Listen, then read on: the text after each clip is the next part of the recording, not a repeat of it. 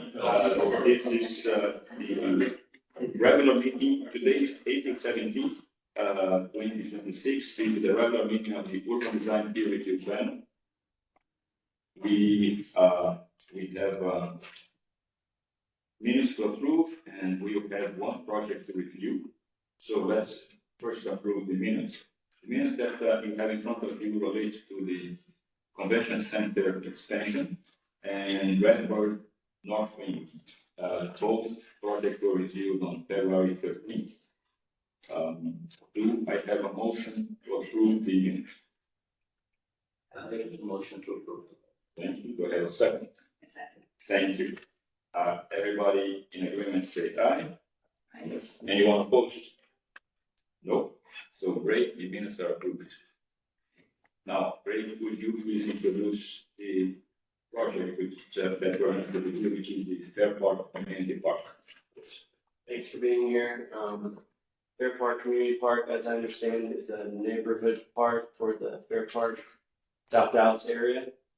We have a esteemed designer here, Norman Alston, who's going to recuse himself from the project.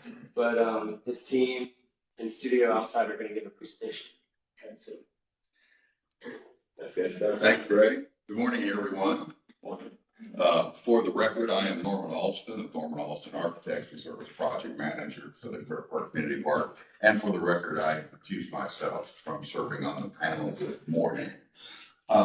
So in the words from the song, what a long, strange trip it's been. This community park has been in the works for about, some would say 50 years. It is a direct outgrowth of the unfortunate events of about 1967. The city started to move. In an effort to help and revitalize Fair Park, they took the ill-advised to use eminent domain to come in and move out some of the folks and businesses in adjacent neighborhoods.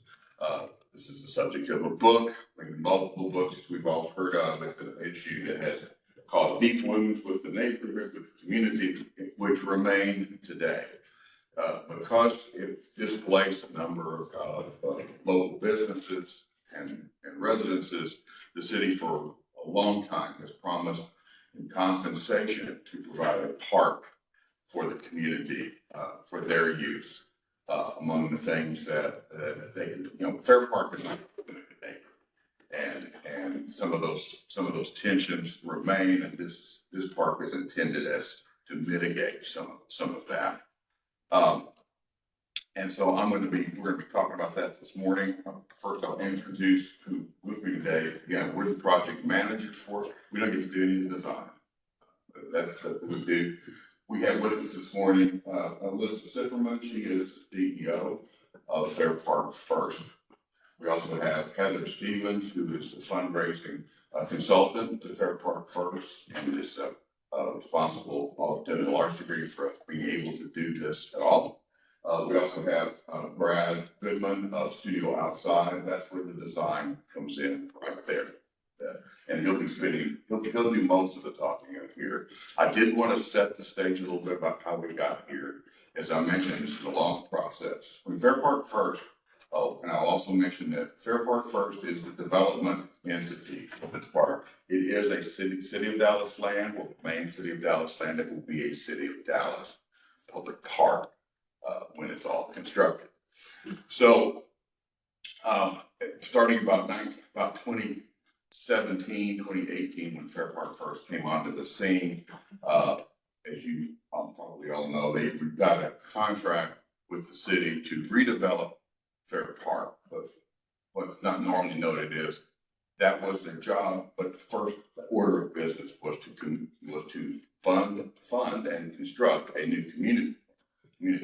That was the only thing that had a timeline to it. It was clearly and openly the top priority for the organization, and what you're seeing today is the fulfillment of that obligation. We have been working on it since that time.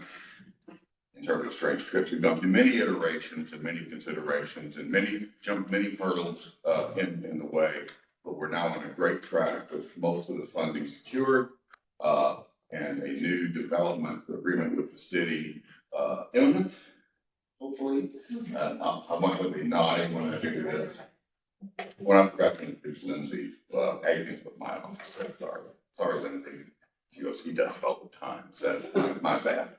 All right, so briefly, so this part started off mostly with the 2020, Fair Park Master Plan update. We've got some components in here, just to refer you to, and that's where some of the background came from. These pages, for instance, discuss one of the critical items, and that's community engagement.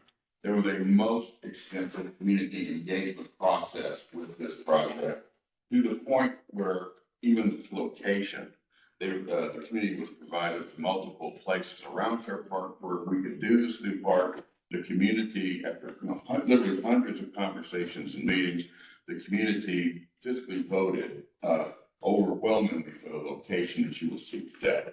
There's been a lot of discussion since then about where other opportunities for this park in the neighborhood. This is where the community wants it. Everything was community driven during the master plan process, and the location and fulfillment of this park was really the point of that master plan of it. I have joked in the past, it really wasn't a master plan as much as it was a schematic design document for the community park. And if you look through the master plan, you'll see that that's substantially true. This sheet here is from the master plan. It shows how the park integrates into Fair Park. It's located down over here for the community. It is part of a larger plan to green Fair Park. There's another sheet in here that shows how much impervious surface there is at Fair Park, and how this is a major first step in relieving some of that. The park itself, sits on land on the backside of Pennsylvania Avenue, which is here. That means this is not land from the historic park. That starts on the other side of Pennsylvania. This is a big portion of that land that was taken to eminent domain, and so the land we'll be putting back on is very much a part of the community, addressing the community's needs there. Let's see, and then other things we have here, just for your information. Looking in the back, it talks about both the impervious surfaces. It also talks about connectivity. We have Santa Fe Trail at this point, dead ends into Fair Park. There is a funded program that will come in and add a trail around the perimeter of Fair Park. I believe that's in early design. Not what we're doing right here. We consider access and how it fits into Fair Park. Note here on this drawing that there was even an opportunity along this edge of the park to redevelop that as a major access point to Fair Park itself. Right now, this is the back side of Fair Park. It's very much like coming in the back door. This park will take a step in mitigating some of that. The most important thing I want to mention this morning is that this is the community's park. At the beginning of the process, we instructed the design team away from a tendency to bring Fair Park into the new park through art deco references to what we have at Fair Park, and because this is mitigating the tension with Fair Park with the community, we've asked not to do that. This is its own park. It doesn't really draw aesthetically or any other way from Fair Park itself. It is adjacent to Fair Park, but when the state fair is in session, this park remains open. Remains open every day of the year to the community for community-based events. I'm sure there'll be some programming overlap between things that happen at Fair Park and this park, but this is for the community. It doesn't look like Fair Park because it's its own thing, basically for the community. And so that's how we got there. Now you have questions earlier, later, that we have issues regarding this context, where it came from. At this point, like I said, we've got most of the money in place. We're waiting for development, a development agreement with the city that will allow us to continue to move forward. And we are at the end of design development, which is what you're going to get to see today. And look forward to executing this and bringing it into the community. And with that, Brad, if you'd like to want to talk about the actual part itself. Well, I just mentioned, we're not waiting on a development agreement with the city, it's already been finalized, it's underway with signatures right now, so there's no more back and forth on it. Thank you. Thank you. I missed it a little bit here, but, thank you, Brad, you outside, landscape architects, been involved in the project since basically the beginning, both, the first attempt and now this one that's going to actually get executed. I want to talk a little bit about the park itself, some of the amenities and some of the plans. I'll try to keep it for a little bit for questions later, but Norm was right. Community engagement was really the driving force for the park and all the decisions we made in the park. One of the things that was very obvious to us from the beginning was that we looked at a lot of historical imagery. We kind of tried to get the feel of the neighborhood that might have been there, the neighborhoods that surround it. The community is obviously a big part of these neighborhoods, and historically, a lot of folks would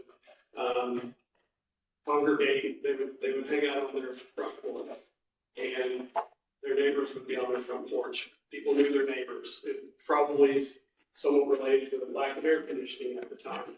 But porch and community and knowing your neighbors was a really important aspect of the people's lives, and in some cases still is in these neighborhoods.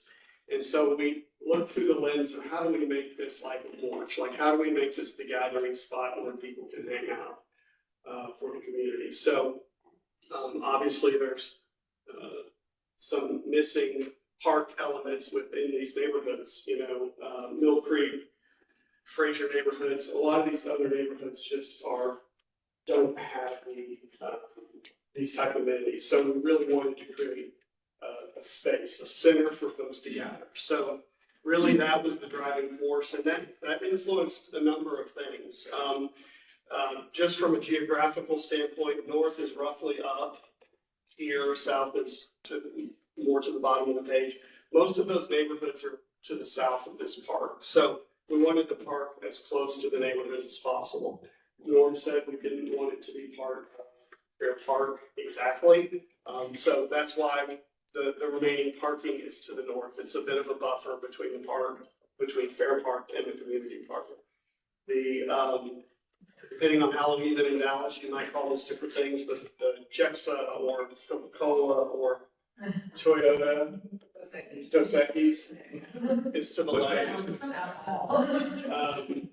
Is to the left, and additional parking is to the right. So we really wanted, we've tried to, Fitzhugh is obviously a busy street. There's going to be multiple crossings. One at pedestrian crossing will likely be at Exposition. There's definitely a main crossing at Leg Out, and there will probably be some folks feeding in even at non-crossing spaces across Fitzhugh here. So we wanted the park to engage Fitzhugh in a different way than it does today. Today, there's like an 8-foot fence there.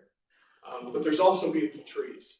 We wanted to keep those trees kind of as the front door, the front yard to the park, on the street, but obviously remove the fence. And so we continue to have a sidewalk along the street because we need it, but we've also focused some additional walking paths in that vicinity and tried to open up the Fitzhugh side a little bit more to allow for more pedestrian circulation. The folks who come by car will likely park to the north or park to the east. And so there's a lot of connectivity both on the north side, a little bit more parking lot edge, and then on the Lego side. At the center of the park is, or roughly the center of the park is the main community space, the community stage, or the community pavilion with, obviously with also some restroom facilities. So program was very important. We tried to check as many boxes as possible, in terms of required program elements or desired program elements from the community. Those main, elements that kept coming up were, interactive water features, multi-age playgrounds and play opportunities, accessible parking, comfort, shade, spaces for running and playing in lawns, a market grove, lush landscaping. They didn't want this just to be a big open lawn, sports fields or something like this. They wanted the ability to have a walking trail. They wanted the ability to meander. They want the ability to do family gatherings at grills. So we've really worked hard to incorporate all of those elements into the park. So the heart of the park is really kind of in this vicinity, right in the middle, with the community pavilion, restrooms. We also have a community stage for small performances that are really non-competing, more community in scale. A soloist, acoustic performances, maybe it's large enough for maybe children's dance or things like that. We have a significant market grove here. We're calling it's a market grove. It's the ability to set up for a farmer's market or a health fair. We've got the ability to park some food trucks or buses, blood drive buses. It's done in such a way that there's flexibility both for tent arrangement, shade, or other things that could be programmed within that park. I will talk specifically about some of the main play elements in a minute, but I just geographically want to talk a little bit. There were two other things. We also wanted the park to be representative of the Texas ecology or kind of the South Dallas ecology. There's a lot of ecological elements that are coming together in this part of the city, in this part of Texas. We've got escarpments in some of our creek bed areas. We have post oak savannas coming together with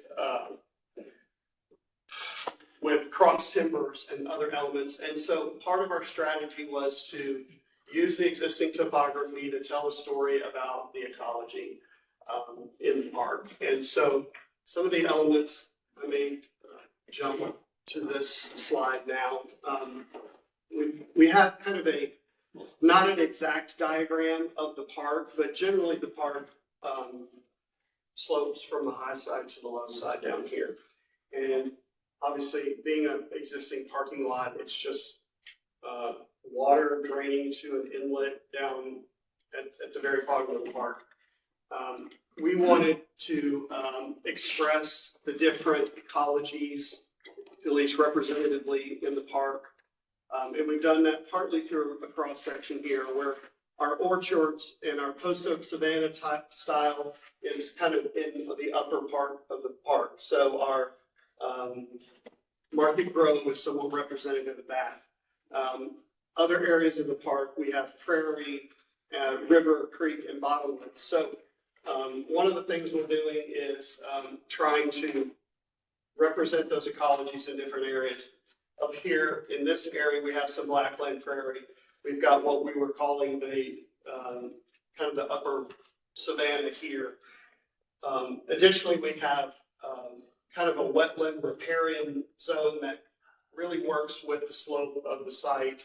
And instead of capturing water in inlets along Lego Street, because we're really having to capture the water that's on the parking lot to the east, we wanted to capture that water through open curb elements and have basically a wetland type stream that's open to the air. So we planted it in such a way and graded it in such a way that most of the water running through this site is actually not in a pipe and and taken off the site until it gets to the very lowest point. So we've tried to represent different ecosystems within the park, all based on the Texas ecology. Moving to some of the play elements, which was a major desire from the public. We wanted our play elements to also speak to the land. So up in the top right-hand corner, we have the cross timbers playgrounds. This is more adventurous. These elements are more wood or natural in material type and color. They're more climbing and hanging and crawling in nature. So they're intended to be more adventure, outdoorsy type play. The second playground on the top right, which is here, is what we're calling the tot lot. This is for the smaller children. It's located near the community pavilion for several reasons. One is we wanted to put it in the center of the park. This is where kids need to be a little bit more secure. We want the parents to be able to see them. We located it here because we can actually utilize the structure for shade. So parents could use that structure and still while watching their kids. It's a little bit more enclosed. It's a little safer feeling. And obviously the equipment is very much geared for younger children with rubber type play surfacing, etc. And then our third playground, which is on the left side here, which is actually here, is also connected to the community pavilion, but this is what we're calling the adventure playground.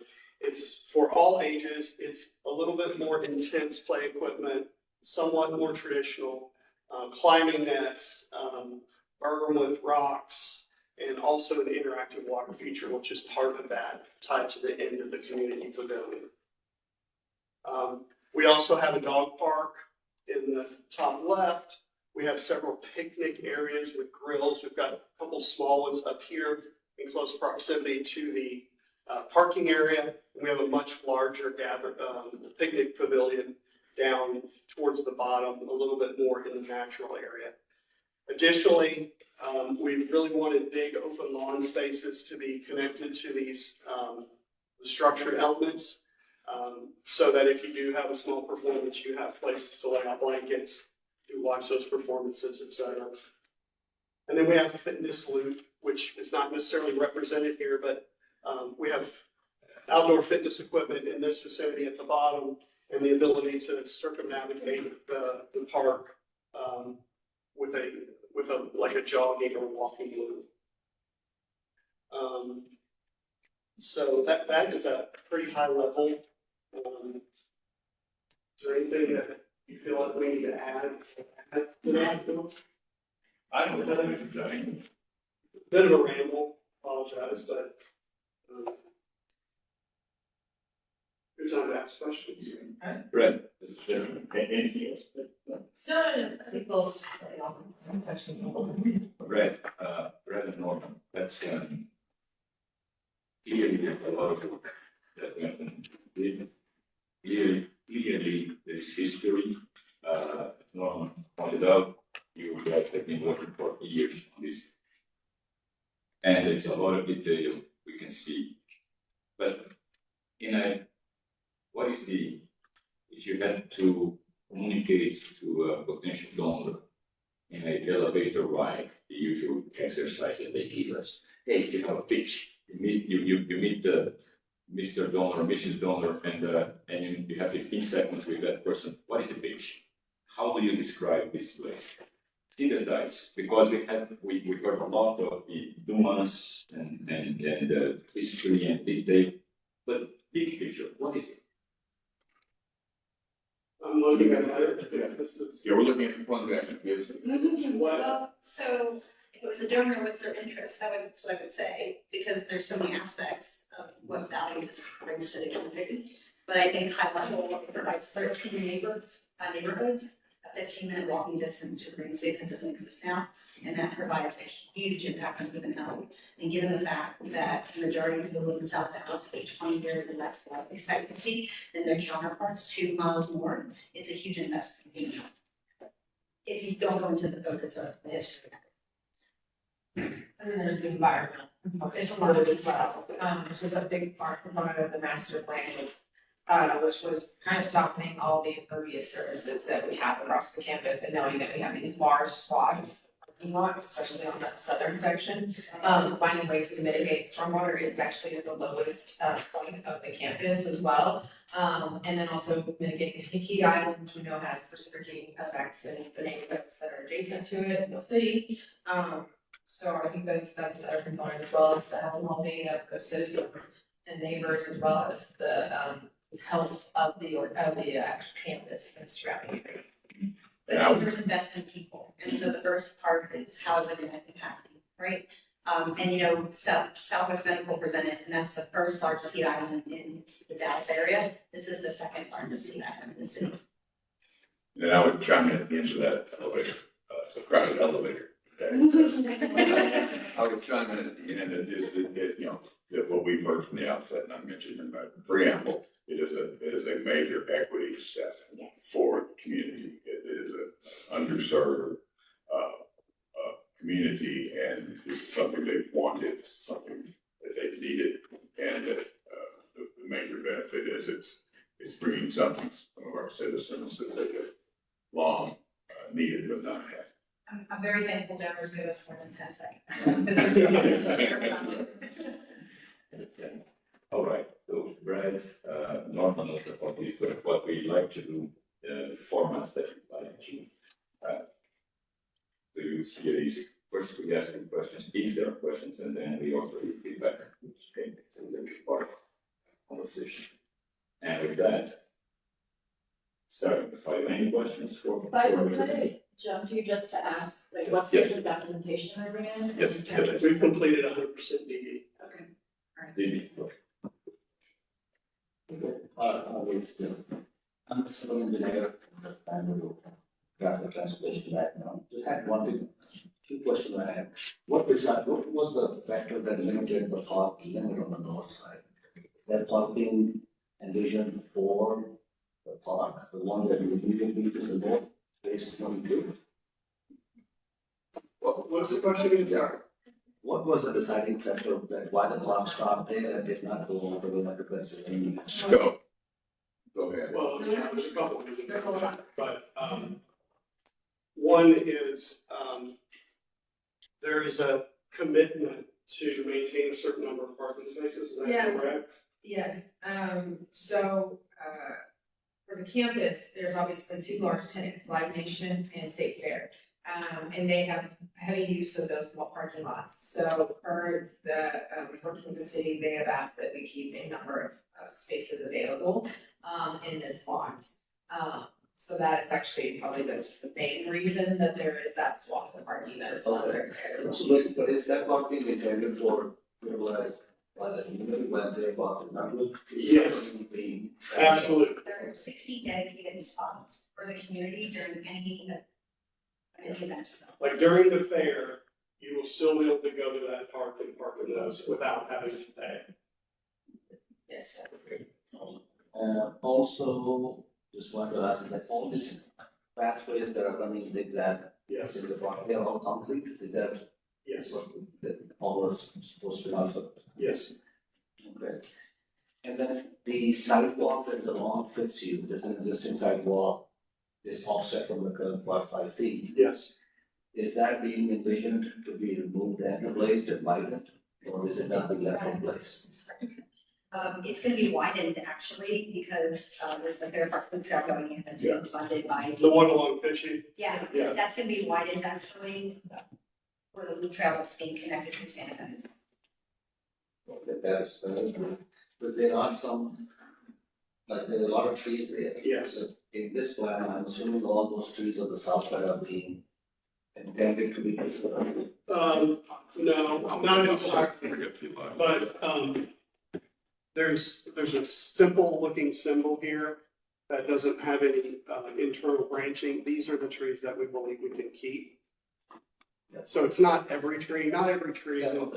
Just along the fixture, Yeah. it looks like you're trying to say those ones.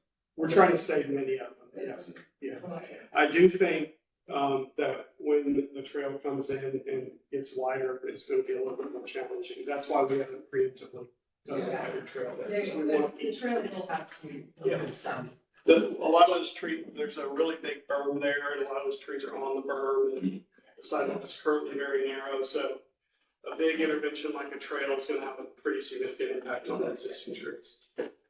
And the final question is, will the community not ask for shade structures? Because all the projects that I see, this is one of the main concerns that people want, that they need to have a shade structure over. Yeah, we do have a couple different opportunities for shade. We have the big community pavilion, which is really a big No, shade I'm strip. talking about the playground itself. Oh, the playgrounds themselves.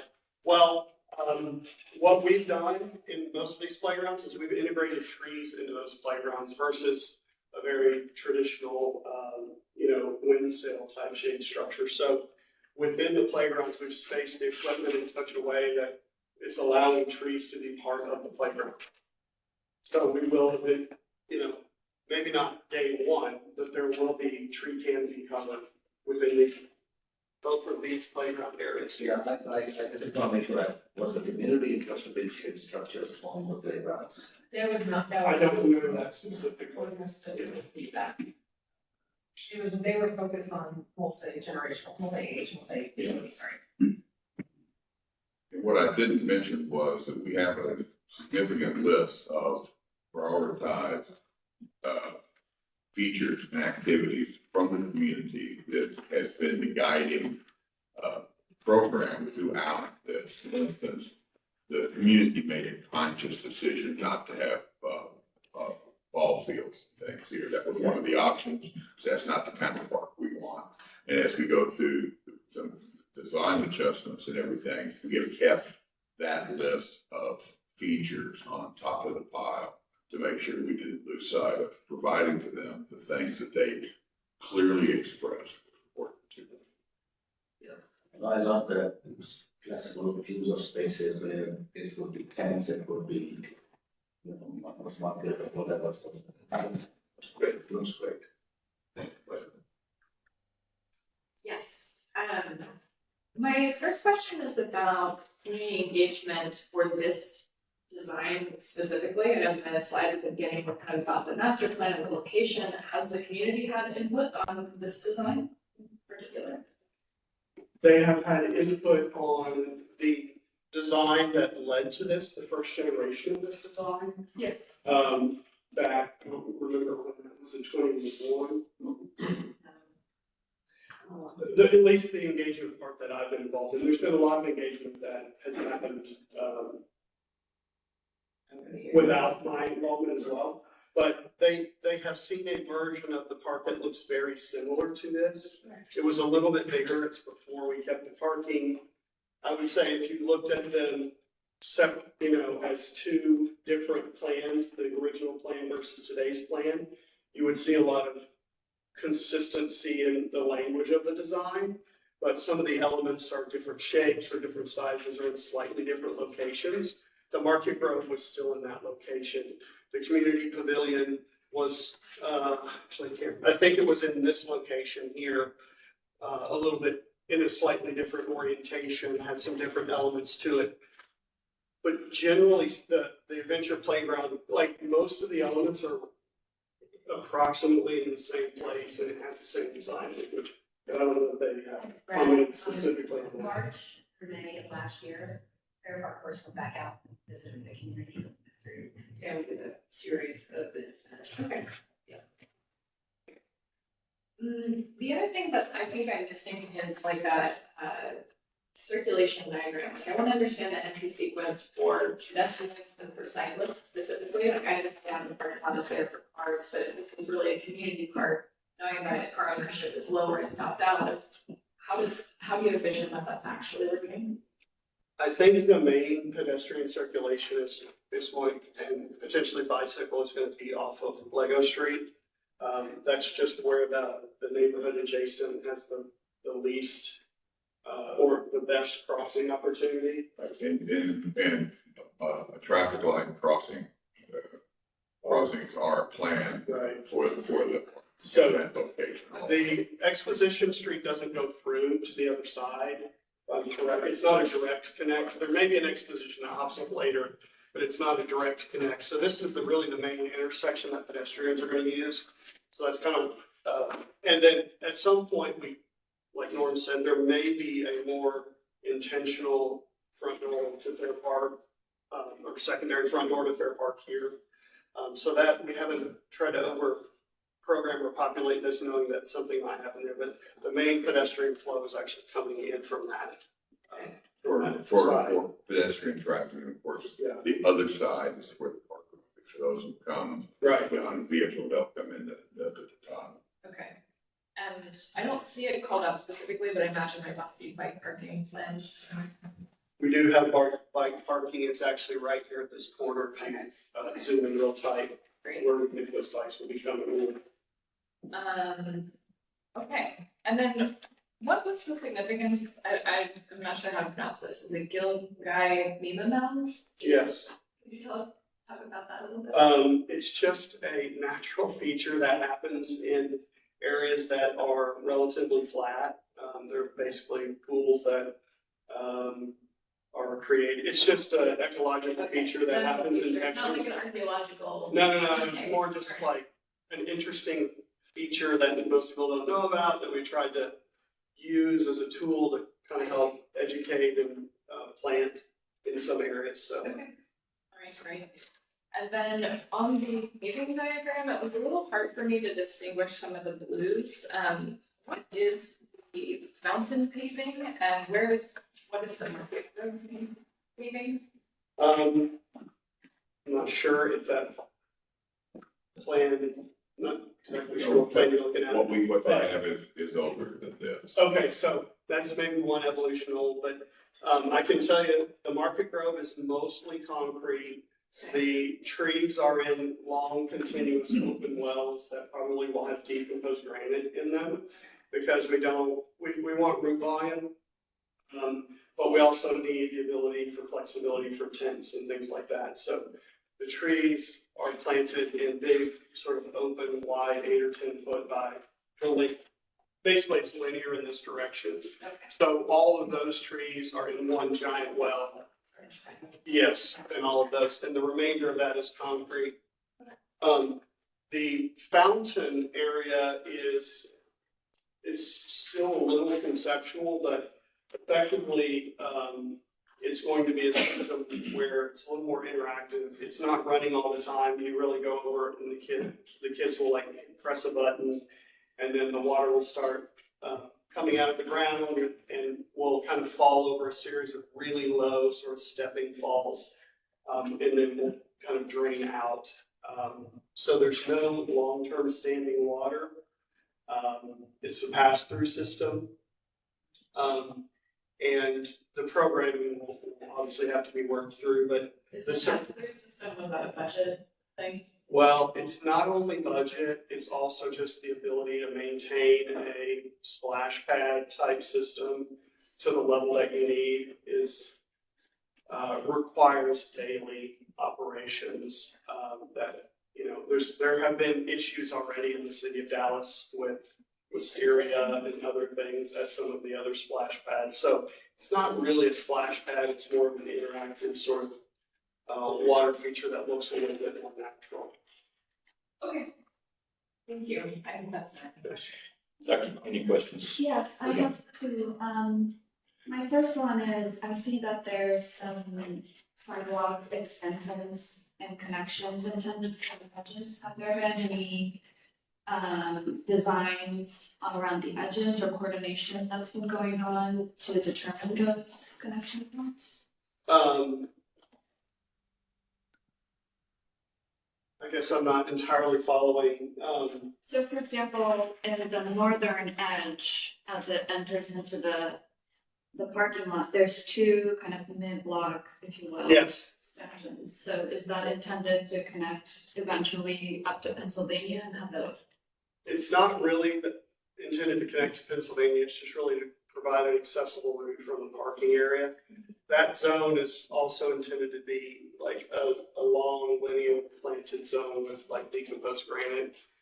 with parallel parking on that one edge. So we wanted the park to be as open as possible and transparent that edge as possible for the parking so that you could enter anywhere. But there are two really main entrances into the park. So even if you're parking here, you know, you will kind of be directed into the park into specific areas from that side. But it does not necessarily connect to, Fair Park or Pennsylvania. Pennsylvania is not like a heavily trafficked street. I don't think people will be coming in from that way. And I don't know that we see a tremendous amount of daily, there's like no daily connectivity to Fair Park itself, right? Well, I might just mention, because there's two different plans happening, Fair Park being managed by the city has a major plan place stay there. And there are some developments that will be happening throughout the campus that I think are still in the ideation process, which will create more connectivity very close to the community park. So I think that it'll be very helpful with those areas. So this is more the step one, and then it's intended to everything that we do. And that was the intention of, as Nora mentioned, we were brought in to build a community park, so that was always gonna be the starting point, for all the development. So our master plan contemplates Pennsylvania becoming more pedestrianized, because it's just a very internal street. There's a large fence that is part of the midway. But now what we know is that the state fair is building their offices just north of Pennsylvania there. They're going to open that up, which is Lot 12C, which is the Coliseum. Then we also know that there's interest of building out the agrarian area, which is everything on we'll call the east side of the Cotton Bowl, northeast side of the Cotton Bowl, which is also another connecting point to Pennsylvania. And then additionally, the city has been talking about some development in those adjacent lots as well around those things. So there's a lot kind of possibly coming to fruition, but always the community park is still the starting a lot of this. And my second question is, how can we get rid of sidewalks along the curb line? It just seems like a safety issue, especially along Fitzhugh, being a 8-lane road, and just in terms of comfort and being. I don't think it's gonna be there, it's just not for It's not gonna be along the curb.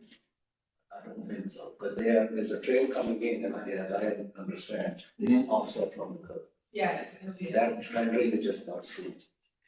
So there will be a landscape buffer from the curb to the sidewalk. Yeah, or a baller, or actually, a baller. You may have information that I don't have, No, I'm just looking at that rendering. No, what I'm saying though is if there is not going to be a sidewalk on Fitzhugh, that's not something we're aware of. We're pretty blind, it's not going away, it's gonna double in size, because it's Yeah. connecting to the Santa Fe Beach Trail. I guess the question is, maybe I misspoke, when I worked on the training plan in this area way back, that it got placed on hold, Santa Fe Trail Extension. And the idea at that time was to have the trail, but it is definitely, nobody wants it right next to Cripsey because of traffic. And what Suki asked is that this rendering shows the sidewalk next to the curb, which is not a good idea. So I would like to tell us that whether it's intended to be this way or it will be moved back. So the point, I'll just answer what I have. So the loop trail, which that is part of the loop trail, Fair Park Loop Trail is what it's called, which is it's connecting, where the Santa Fe Trail terminates on the north side. And it connects to Lego where there is buffer bike lanes at Lego and Fitzhugh. So that we're gonna test fit so far, like what is feasible.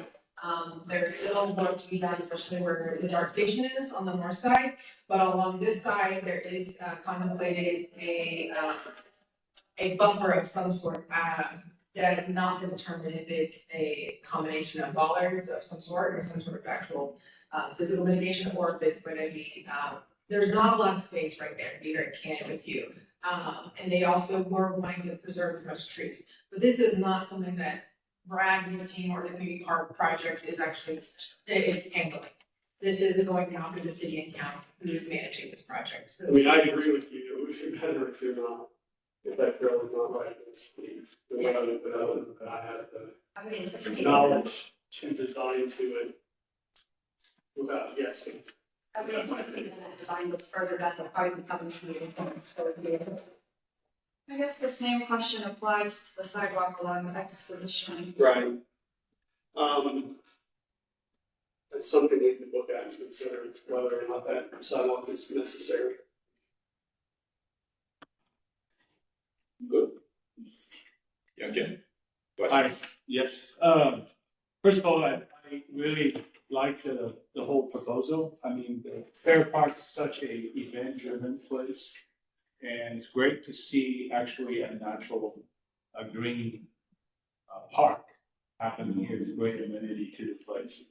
I do have a couple questions. I think the main is circulating around the access and circulation. The first question is, I love your porch concept, the idea. I would assume that structure 5 and 6, that area is for use as a porch, quote unquote. Yes. And then, so I guess the access, folks to walk over there, if they're coming from the other side of the street, Fitzhugh, it feels like there may be a little venture to get through that place. So the question is, where is the main gate? Where you will say, this is the main entrance, or this is the secondary entrance, or there's a hierarchy of this circulation. So that, I will have that question to say, where do you want people to start? If I start as a first time, what is my experience? I walk through this place and then I want to end up to be somewhere, or you want me to just wander through the whole area? I do think it was not, because people are getting to this site in very different ways. I don't think there's a great opportunity to have a front door. We wanted it to be as open as possible from both sides. So we didn't want to limit or force people into one entrance. Obviously, if you're on a bike and you're coming from the neighborhood, or if you're pushing your stroller and you're coming from the neighborhood, the bottom right-hand corner is definitely sort of the front entrance. But that's going to be a very different experience for someone who drove here, right, and is forced to park on the complete opposite side of the project. So we did want the park to be calm and relaxing, and the meandering nature of the sidewalks was important. So I don't know how to answer your question exactly. It is intended to be the front porch in concept, but we also didn't want it to be too close to Fitzhugh or too close to Leg Out where the traffic is. We wanted it to be more embedded and more quiet within the park. So I think you're going to get there in a couple different ways, depending on where you come from the park. If you're suggesting that we should maybe have a little bit more direct access to the pedestrian entrance, I think that's something we can totally look at. But the meandering nature of the park is an important piece. We want people to have a respite. And I do want to layer on a little bit to that from really previously, that one of the, and we looked at this a lot early, like you before Brad got involved. But one of the big complaints about, again, Fair Park itself is it's not welcoming, it's fenced. Now, those fences, those gates are never closed except during the state fair. It is, you walk in and out, I drive across it all the time without a permit or anything. It's not, it's very porous, very accessible, but the perception of it being a fortress is stuck in folks' minds. So we looked at that, and the idea of porosity all the way around the perimeter, equal access from every direction, was an important early concept that has sort of been fulfilled this way. I really appreciate that. I think that's a great, very permeable, way to get in. So my second question is, I'm not familiar with all the street, the sidewalk and all that. is it possible we can have street parking, parallel parking? Because to me, a user, a park access is not a parking lot. I mean, to me, to walk, I would love just to find a street side and park there, and now I can take my family or have a picnic, I just grab my stuff, just walk. And that way, the access becomes 100% permanent. So Right, you don't have a front gate. So things like it's not a theme park. I mean, that's the opposite of that. I think the parking lot being the north and then you enter, that's the way to experience this. But if I just wanted to park on the street, first thing, we can slow down the traffic. We can have more people access. We can not only just pedestrian, I mean, it's a car-driven city, so I'm gonna drive up there even 5 minutes from my house. And then I have my picnic stuff ready, I'm just gonna move into the park. So I would think that would be great.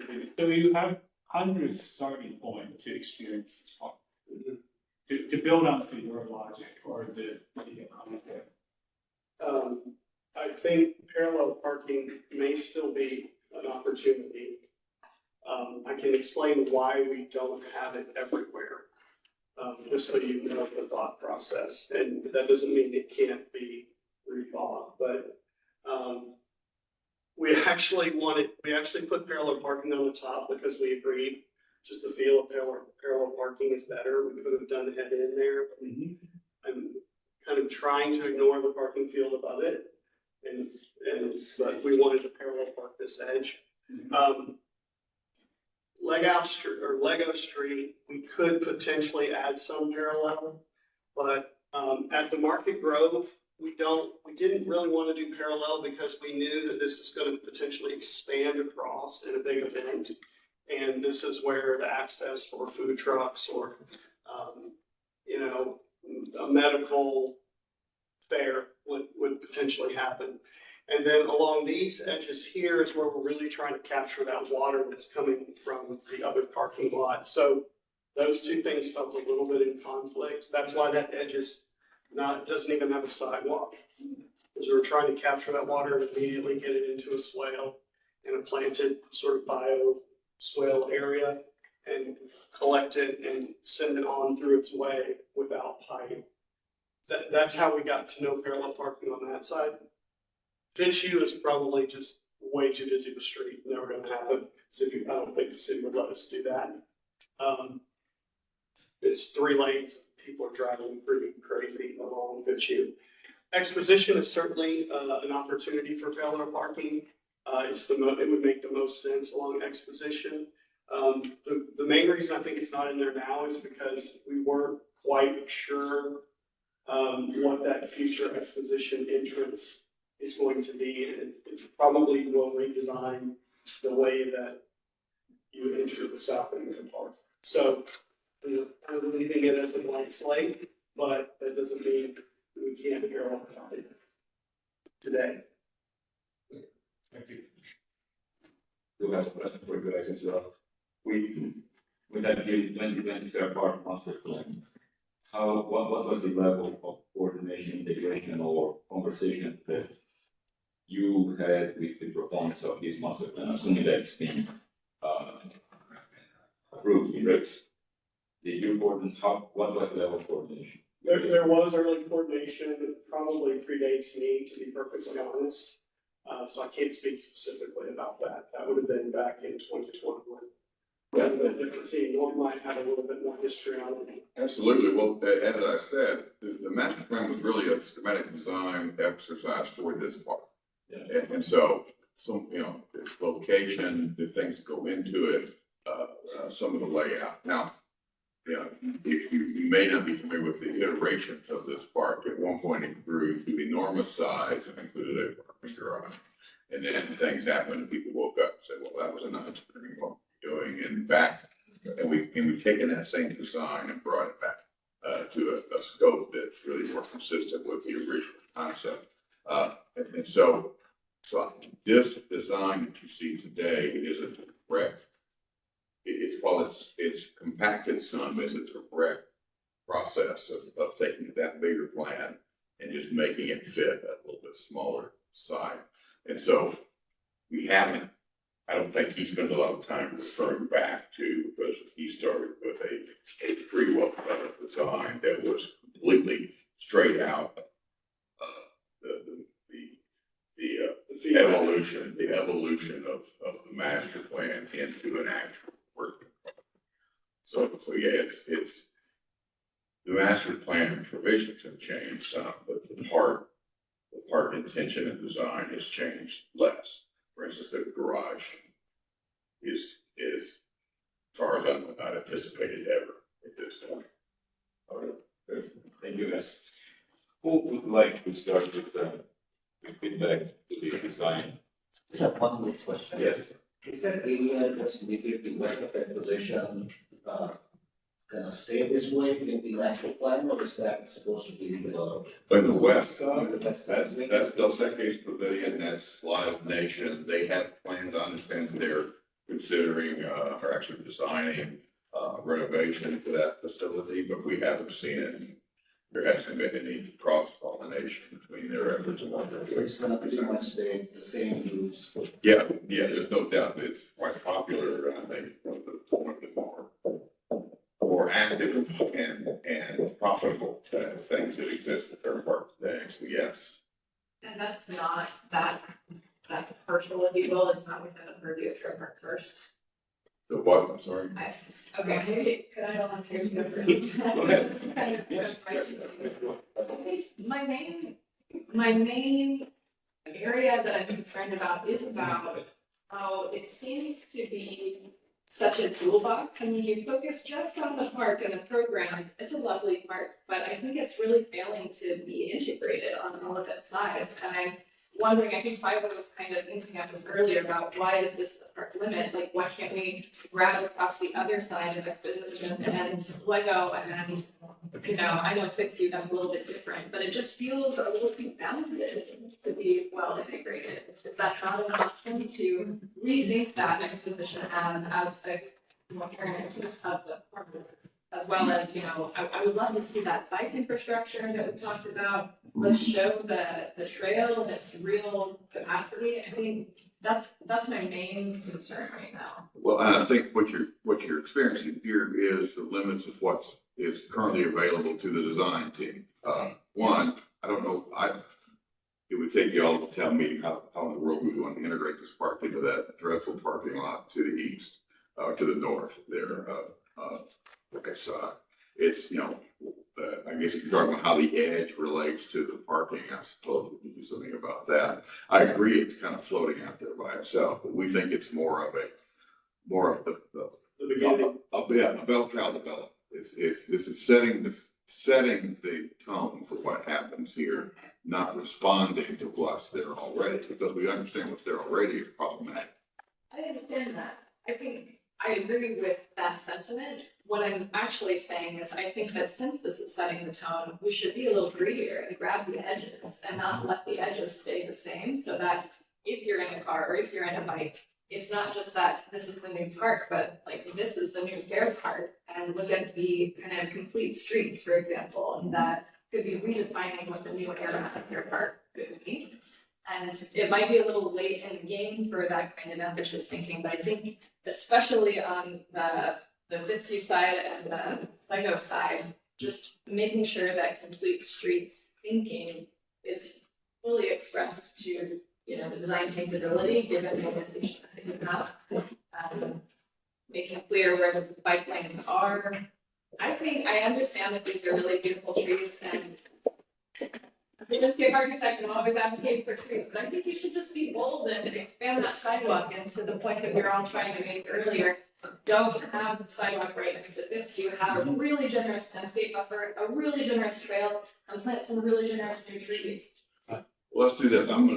I think, and I agree with that. I mean, it's frustrating to me that we have identified the exposition opportunity to connect Fitzhugh and the neighborhood with Fair Park proper, but there is nobody actively pursuing what that would look like or how that would work.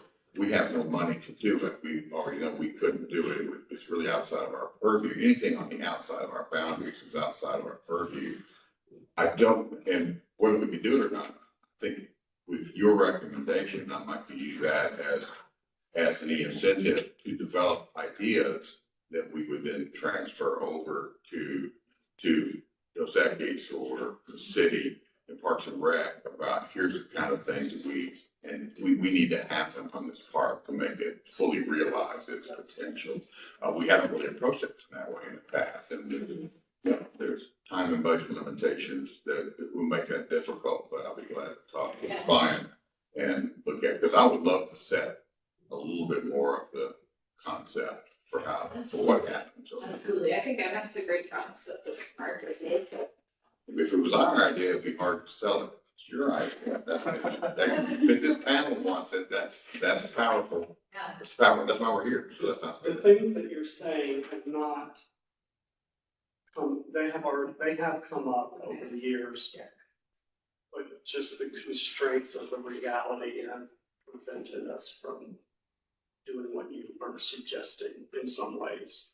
Maybe not everybody, but in some ways. And there may be some things we can still do to You get can't build it. closer to that. You can't build it, but we can conceptualize it. Yeah. I mean, for example, trees on its position and bumping the sidewalk in so that there's electrical and shaded route. Is that not something we can do? That's probably something to do. Yeah. Yeah, and just that, you do have that edge of exposition, so you can essentially kind of suggest to your partners on the other side of exposition what this should look like to kind of match in those redevelopment efforts.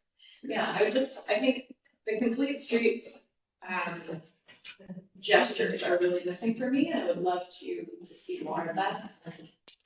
And my other big comment is, I was surprised, Norm, given that your team is leading the project. I just was expecting to see some sort of homage to the former development, or the former residential development, and those deep wounds within the community. Was there not a need expressed to see some of that history in the park? Yeah, well, we have had extensive discussion about that. And the way it manifested, we still have community representation. For instance, on the board, there are community members on the board of Fair Park First, and Jason, our board chair, who's also on this committee, not with us this morning, but he lives nearby in that neighborhood. So they represent us, in a very fact basis what people are looking for here and what the neighborhood wants to hear.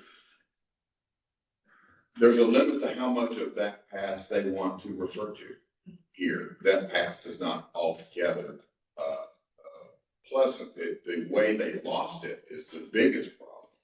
But what they lost was a very underserved, low-income neighborhood. The porch concept is a good part of what was there. But a lot of the other was not. So we were looking at materiality and stuff that would actually reflect that neighborhood. But the architect, BC Workshop, by the way, is the architect on this. Kind of a different role for them, but it makes a lot of sense in this context. They have looked at some of that, and we've kind of made at the recommendation of those who are close to the neighborhood. They'd like a nice new park. They'd like a modern park, not something that spends a lot of time revisiting past. It's not always something they want to celebrate. So And to add to that, sorry, Mark. Go ahead. Is that of course we'll have, a knowledge of the land, what was here before, and there will be that component as well. But to be honest, that the community, the feedback we received, those people are long gone, and when I mean by that, they left that whenever they lost their homes, their businesses. So there's actually a lot of lost history there too, that it's been very hard for us to find. We get regularly asked, who used to live there, who used to work there, and there's a handful of people we can reference, but they like they said, they want a new park, they want a new chapter. This land, I mean, we can't give it back to them as part of the National Historic Landmark in that regard, but this is what the community is there right now is asking is a new bells and whistles, all the bells and whistles part, There was Elsie, there was a time we were considering actual historic, not traditional historic markers, but a storytelling. Yes, that's what I was gonna note. Dr. Delaney of the African American Museum was engaged for this project to write the history and do some research on the background of the project. And that's how this came out about looking to a future where we have some kind of designation that talks about what was there, but not gonna overlap with things. The comment that you will hear multiple times, and in fact, just said by a community member at city council, when we were working to get the development agreement through, was they want something as good as Clyde Warren that shows like what the future would be for the area, not something that just continually reminds them. So this is bigger than Clyde Warren, 5 acres. This is double the size, and it has more park space and more playground space and more family activation space. So Clyde Warren is amazing, but this will be amazing for the community. Yeah, I think that's what we're looking for, sure. Yeah, absolutely. No, thank you for all that context. That's good to hear. I think perhaps then maybe what I'm missing is some sort of interpretive element somewhere, just as a mention. I know that might not be figured out at this stage. I could actually see, honestly, the Blackland Prairie area being an opportunity for some sort of interpretive engagement. I've seen some precedents in which just using road lines to represent the footprints of buildings, for example, that really isn't doing anything social. Now you're speaking to Brad. Yeah, I haven't meant to Brad. Well, We had looked at some of that, in an alternate scheme at one point, it never quite got legs, and it was part of the feedback we got from, that Norm was talking about. But I think that is definitely a good thing, and you're right, there's potential opportunity in that zone for something like that. There's a story to be told. Yeah.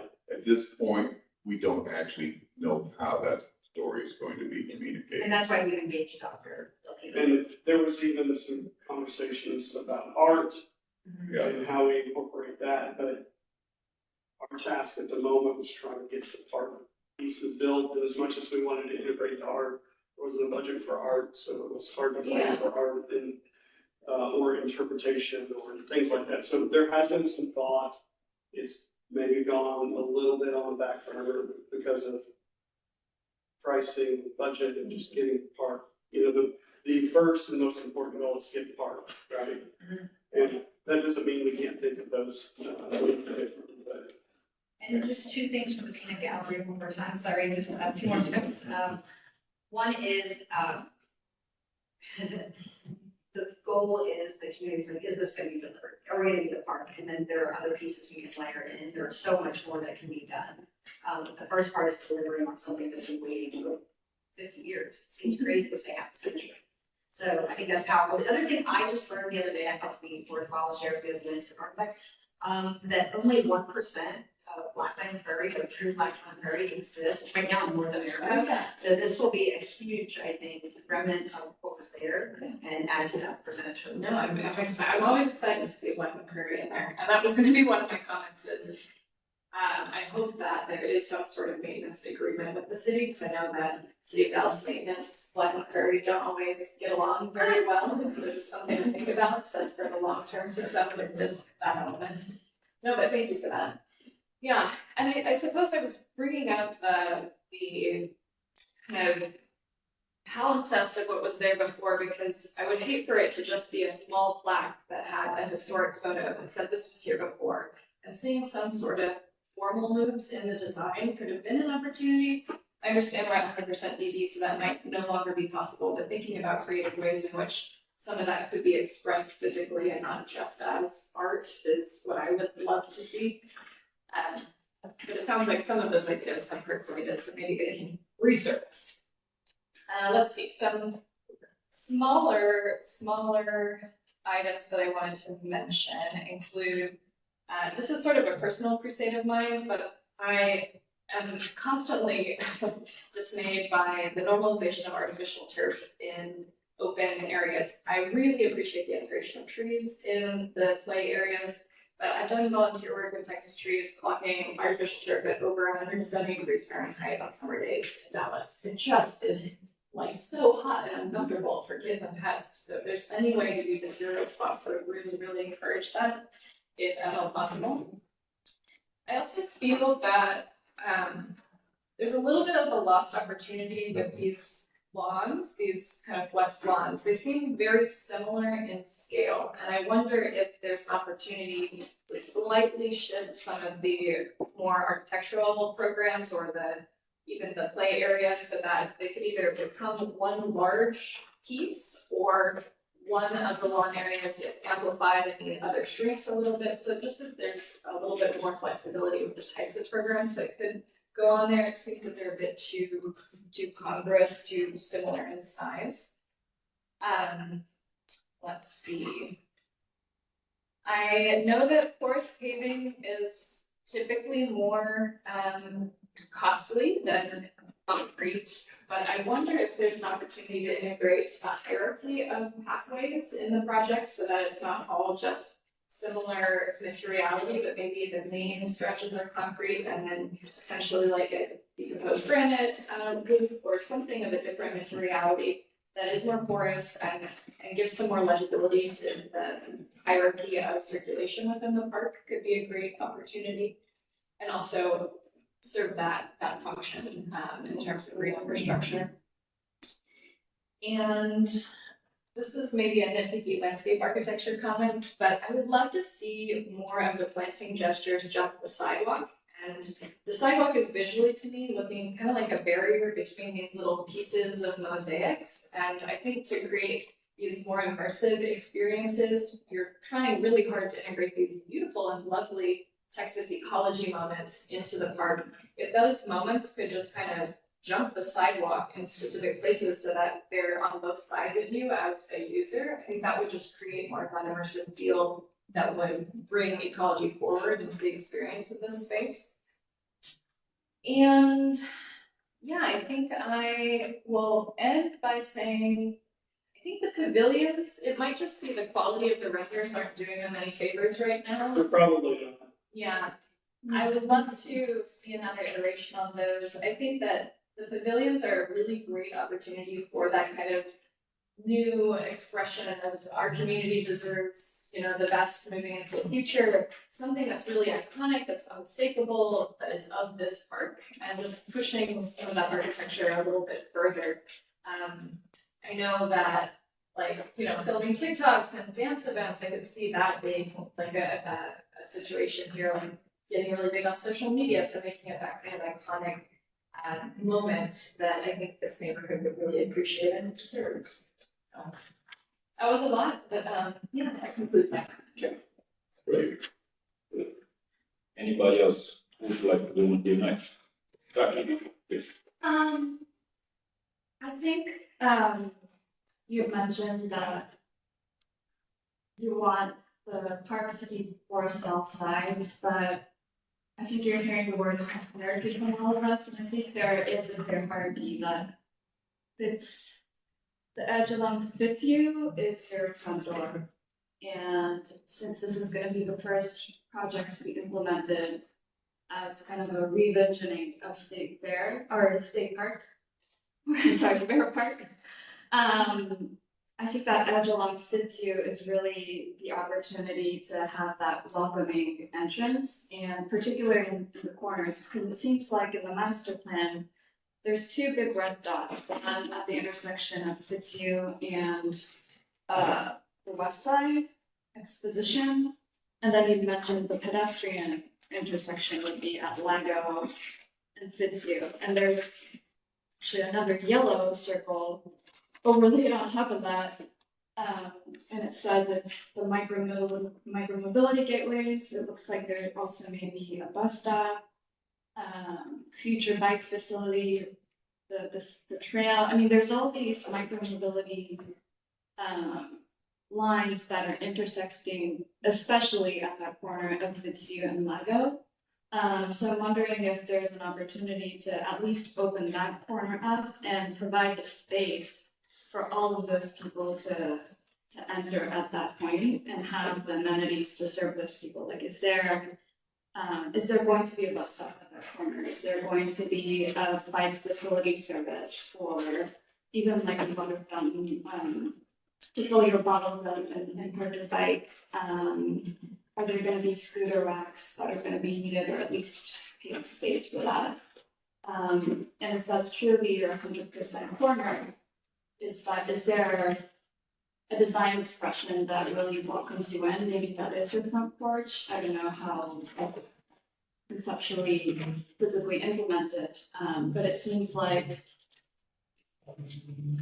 the more porosity, the better, but I think there is still a hierarchy in terms of that welcoming entrance that you could potentially explore, especially at that corner, on Lago and Fitzhugh. Yes, That's it for me. yes, Fred? Well, yes. I'm just taking all of this in, I probably need to have a chance to digest it a little bit more. But Okay. I'm trying to take notes and Of course. understand what. And by the way, Brad, these comments are being captured by Gray. You will receive a written summary of our conversation. It's great that you're taking notes, but there will be a record of this. Sure. You can. Yeah, sure. I already said earlier, I really appreciate this opportunity. I think it's great. But I wanted to kind of raise a big question, to zoom out question. We all know community park, neighborhood park. And I looked at your scale, this is at least 500, 600 by 600. Seven hundred. 700. Okay, so this is not a neighborhood park scale. It's not a community park scale. It's even bigger than, Klein Morgan. Yeah, I worry so. So we are inevitably dealing with a city level of amenity. I mean, yes, we built this whole thing very nice, and then there's like 20 neighborhood parks. You have 3 playgrounds, you have a lot of great lawn. I mean, neighborhood maybe just have 1 lawn and 1 playground. And now you have this big. There's a lot of opportunities here we can do. I mean, Sarah mentioned earlier about the connection or to be part of the fair park. I mean, that's a bigger gesture. Identify entrance or connection, being a stronger hierarchy here. I mean, all these probably beyond what neighborhood was asking for, but it's opportunity in our hands to provide for the future years to come. So I think that's the one thing, I don't know what the solution is, but I would say at this stage of the game, what we can do and to consider that and not missing the opportunity, because that, we don't want people saying, oh, this is just a 20 playgrounds here, but we actually have a lot more than that.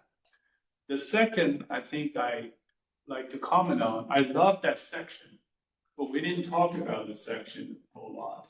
I like the terrain change. That's a great design opportunity. I looked at your topo diagram. There's about 15 feet drop, right? Plus, and you mentioned there's a water drain and all that. I wonder if there's something we can build on to be a different kind of flat park. I mean, this master plan or this park plan, it's a great rendering, but shows more a 2-dimensional fact rather than the 3-dimensional characters. So maybe something we can still have an opportunity and chance we can play with the terrain and really create some 3-dimensional hierarchy. And including the vegetation, the trees, and maybe some water elements or some low and high. Really observe the nature, how that works.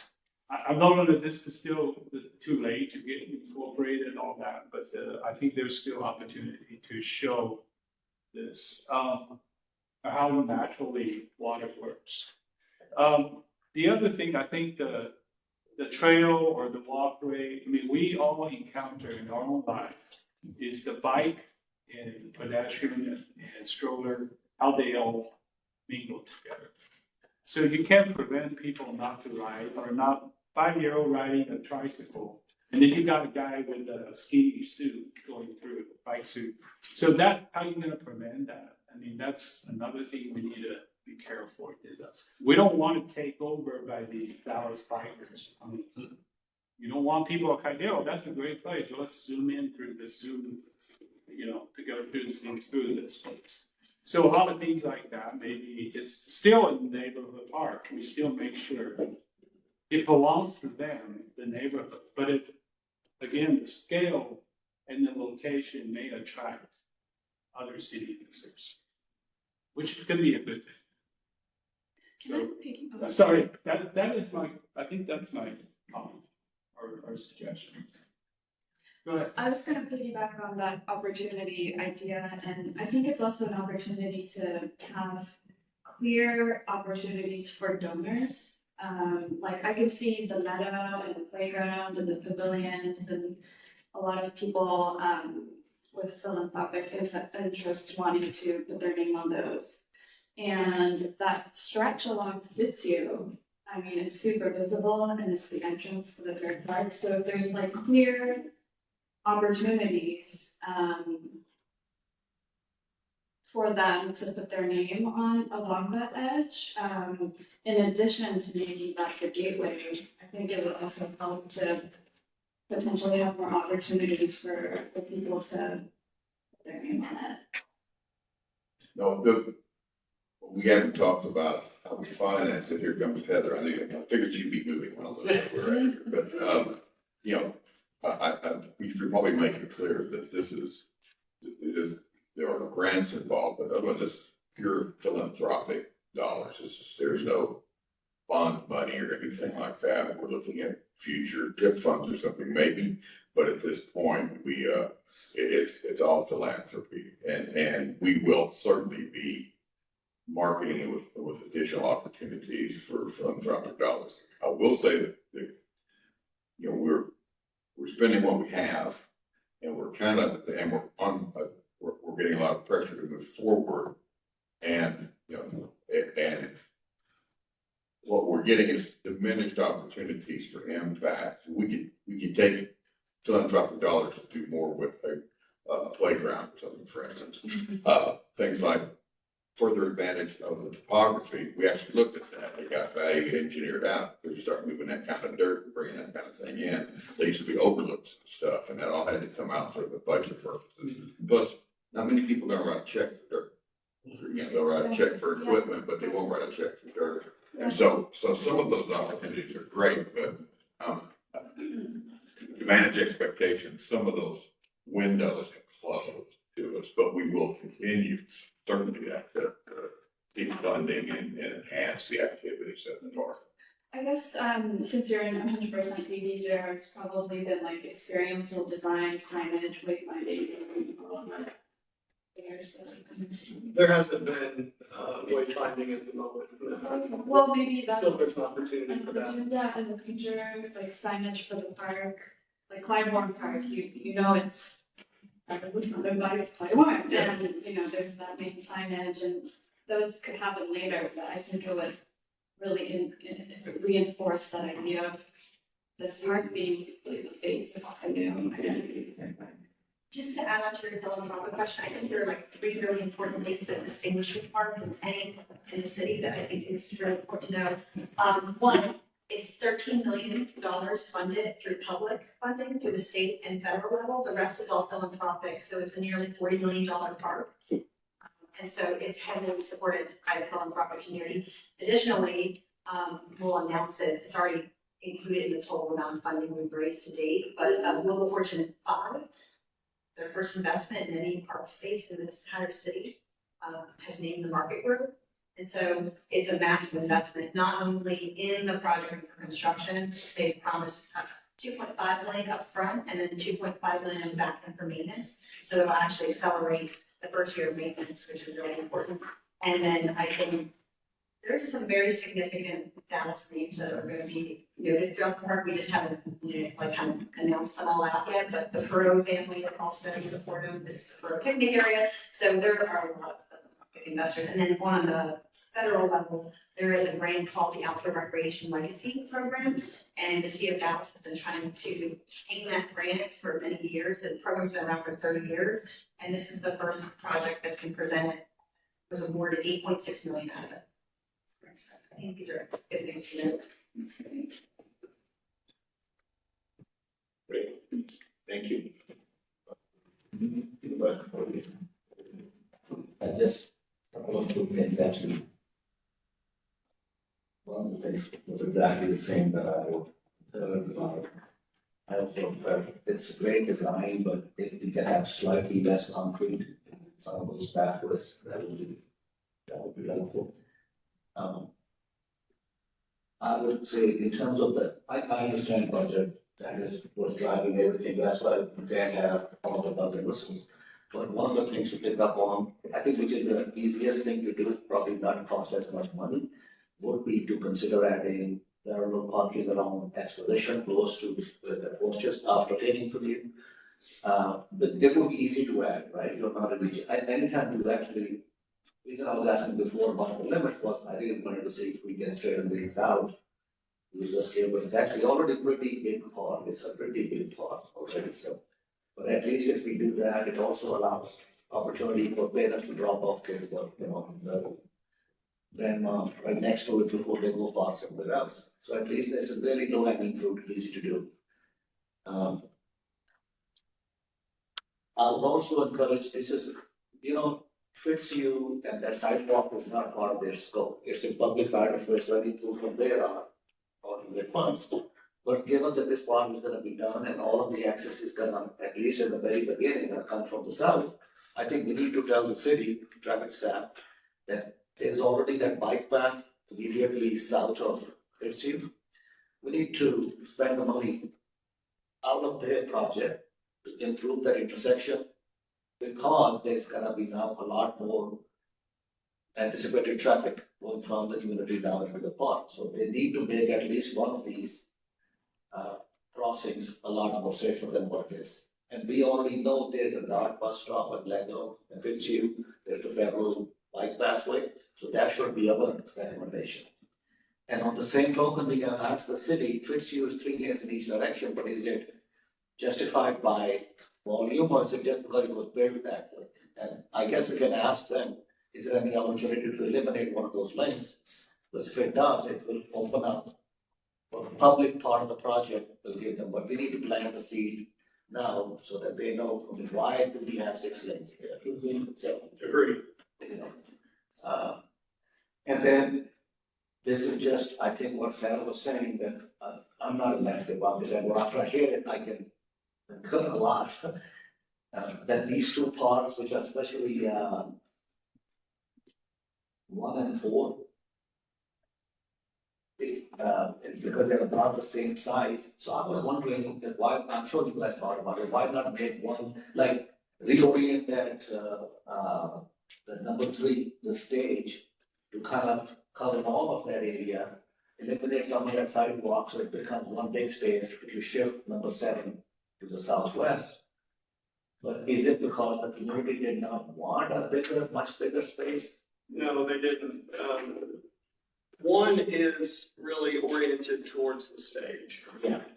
It slopes towards the stage. It's really focused, the orientation is focused for the stage. 4 is just more open play lawn that's not specifically for the stage. We don't need 15,000 people at one of these, and if you build a lawn space that is 15,000 people, and you have 40, it feels really weird. Like, so there's a balance between providing enough space and but not too much space. So 1 is really focused around the stage. 6 is also, this piece here is kind of focused also around the community pavilion, and then 4 is really more, I would call it a little bit more flexible. Yeah. I do agree they're all very similar in size, and there's not some hierarchy there, but we can certainly look at that. We are using lawn maybe more than we want to because of budget. Like if we had unlimited funds, we would probably have less lawn in this park. But there's a certain cost that we're,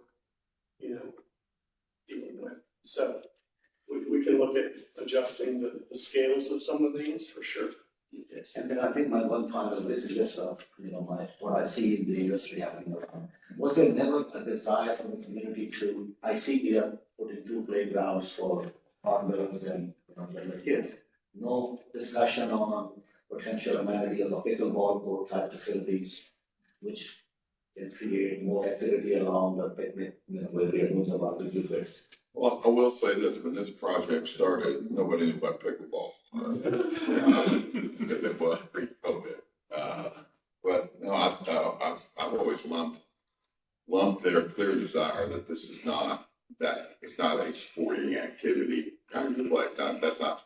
When they say that we're thinking soccer field.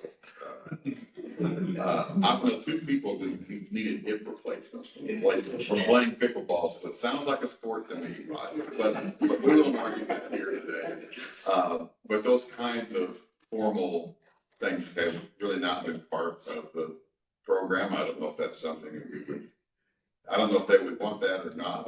I generally, I don't want to go on, the design district, I had some extra space, so I put 2 pickleball courts.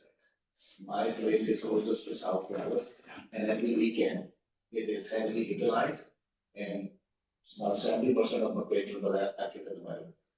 They come in all families, they bring, like adults and kids and grandmas, they all come together, they hang out, that is what happens. Not that I want competition for my business, but I know if you put it into use. You own a bar? Yeah. And how do I not know that? Okay. All right, well, we're gonna expand the discussions later. It's the first engineer that owns a bar. Or the first bar guy that sells an engineer. But it drinks well.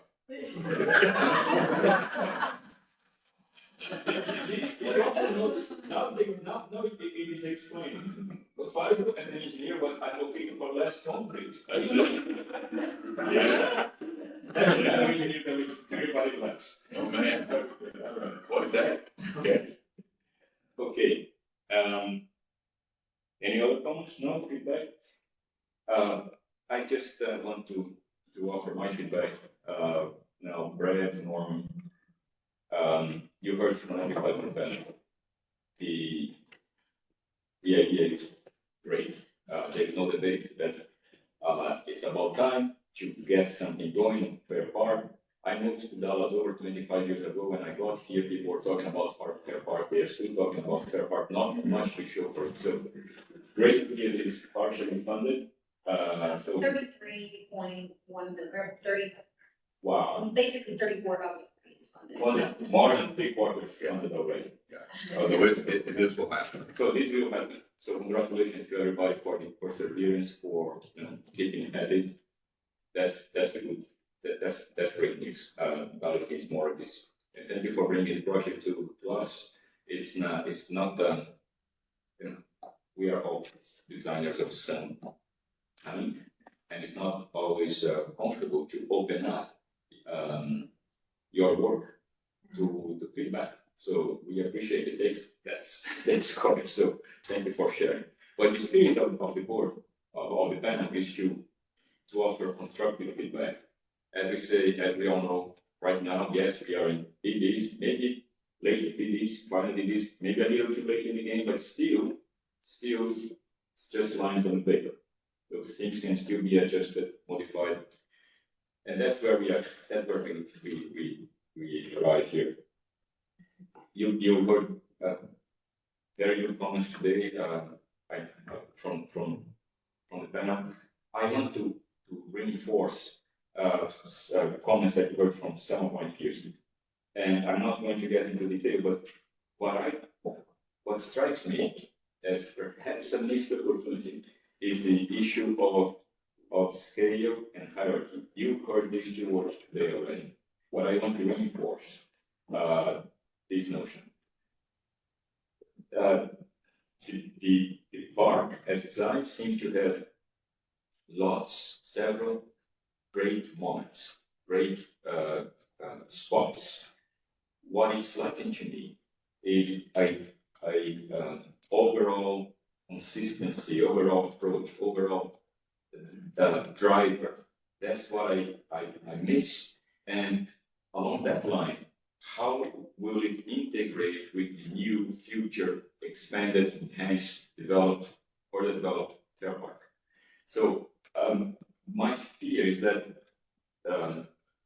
this park that we are reviewing today will ossify, and I use that word very carefully, as an island within fair park, because it lacks the connection, fingers that extend into fair park and vice versa. I understand our school is north, east, southwest, I get it, but design intent, whatever we do here can suggest expansion to every other direction except Fitzhugh. We understand Fitzhugh is a hard edge here.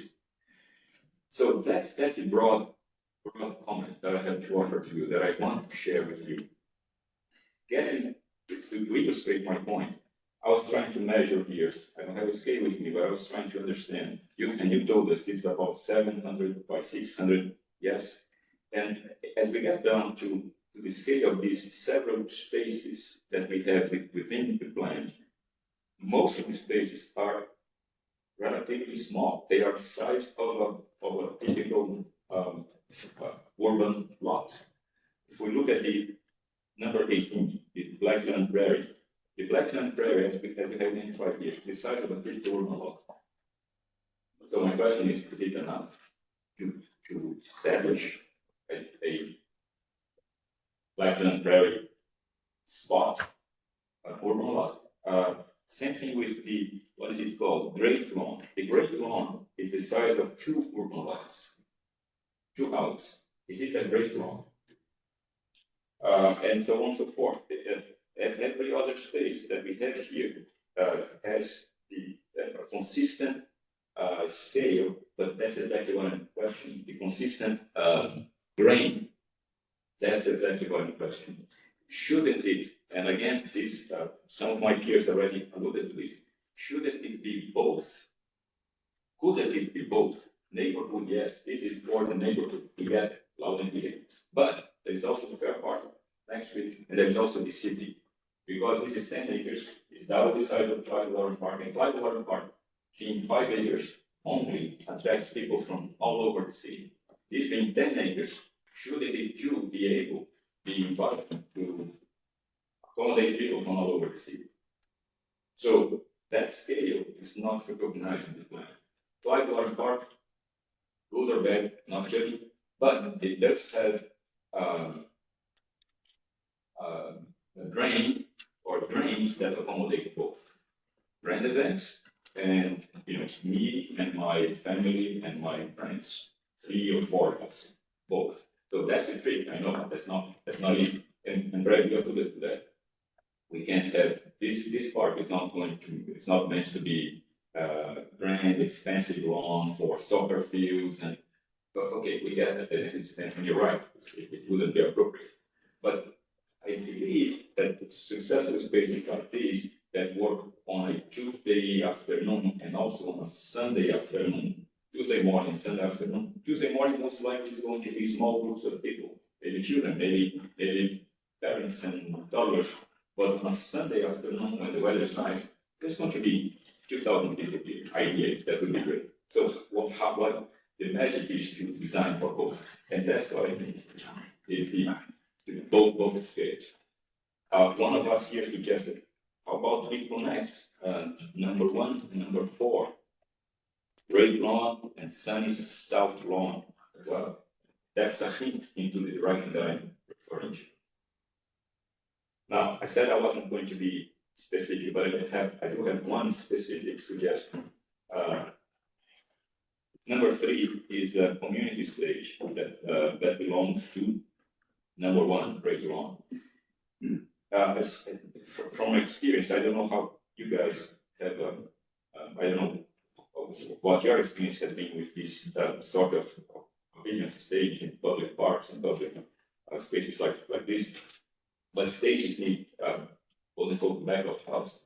If there's an act, even if it's a small act, there's going to be generators or a small truck or or a couple of trucks, or, and where do they park? Right now, the stage, the back of the stage is right in the center of the area. The other thing is the stage is facing southeast. Usually we have done stages that face south or west because we want the audience to face away from the sun, not towards the sun. Not that facing southeast is too bad, but still it's facing southeast. What if, okay, I've used the laser. What if this guy here moves all the way over there, and in doing so, the truck or trucks that will service the stage can be parked over here, feeding the stage, and the stage faces south, and then all of a sudden this number 1 and this number 4 can become one with subsets along the edges. And I couldn't help, I was sketching it. Okay. However, all in all, great. Keep the faith, keep up the work. We hope that the feedback that you received from the panel today is positive, that can still be incorporated to the extent possible. Can I address one thing? And I don't want to sound argumentative. Please, conversation. Yes. One of the things you kept referring to is kind of in direct opposition to the feedback we got from the community. Okay. So, what the community doesn't want is a Clyde Warren Park where everyone comes from Plano or Fort Worth or some other place and takes over their neighborhood. They want a park for their neighborhood. Gentrification is a concern. And there's a perception that if you put a Clyde Warren Park here, then everybody's gonna come in, buy up the real estate and run the people off who live here. So there was a intentional part of the design process to not fall into the trap of trying to make it a Clyde Warren, trying to make it a destination park. And so part of the scale and the fact that it's broken up and the fact that the Great Lawn, I'll be honest, it was named the Great Lawn in the previous iteration when it seated 15,000 people. And we never changed the name, but we scaled the lawn down to about a third of what it was because it was more appropriately scaled with the type of events that would actually happen here, which are more community, less likely to have a generator truck pull up, possibly, but on rare occasions. So, again, not to argue with your comment, it's just a little bit of perspective about what the community asked for and what we're trying to give them. Very good. I understand now. You brought more clarity. But then what we should ask ourselves is that the right direction? In the same way that you said, right, you don't need to challenge us, but we also don't need to challenge the community, but is this the right direction? Why is a place with such a small brain appropriated? Such a small brain and such large scale appropriated? Because it is a city equipment, because it's city funded, city maintained. It's not saying. Not city funded. Take it back. We raise money for the community to execute what they. I take it back. Yes, no, right, you're correct. It's not city funded. But still, it's a public space. It's going to be a public space. Is it appropriate to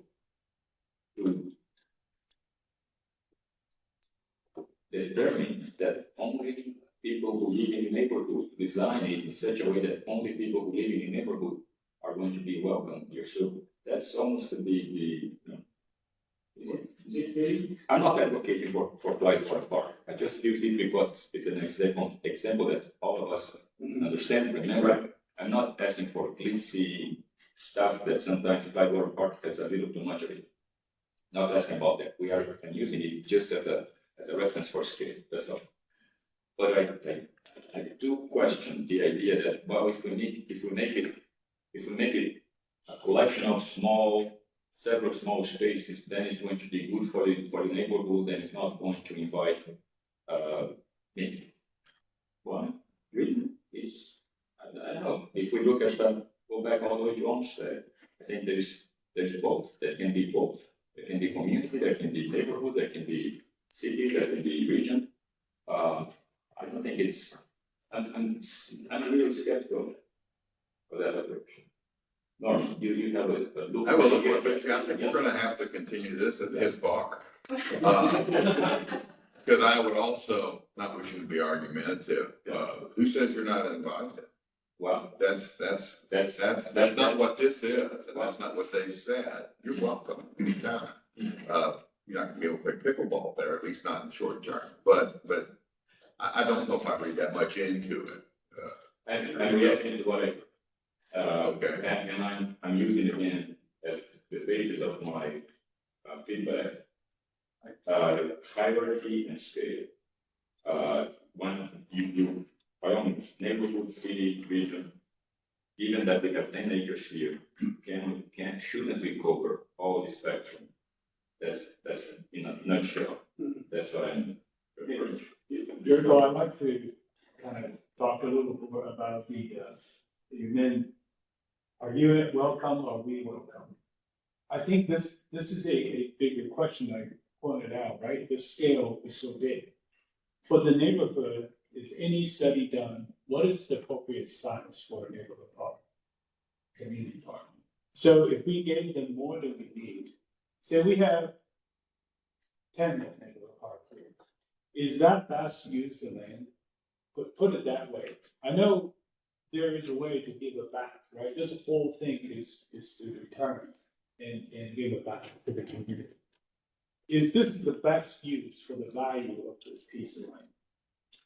Is it, you put 10 playground there and that's called it done, is that it? Or we have several small lawns and we call it little giant lawn or whatever. Is that it? Or there's other ways we can generate more value. I'm not talking commercial value. What is the best for the community? Maybe they haven't thought about all this. They may just ask for playground. And so for my senior to be there hanging out for 2 hours after this. But there's anything we can provide beyond just what they ask for? Not recreating a city amenity here. Not saying second deck park or the carnivore, but somehow we can maximize the value, which will benefit them. And maybe that's a deeper question we all ask. It's beyond just design, I think. Well, and I guess I'm not aligned with the notion that size equals service. That we have extra space. Is there something else that they do not desire that this would be more beneficial that it provide? I don't see the connection. Truthfully, yeah, you can do other things, but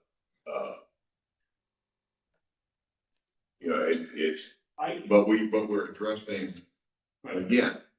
Community engagement was long and deep and thorough, and we have taken the land that we were given and addressed those needs specifically. We had no charge to make it, you got a land for a citywide park. That's, let's take advantage of it.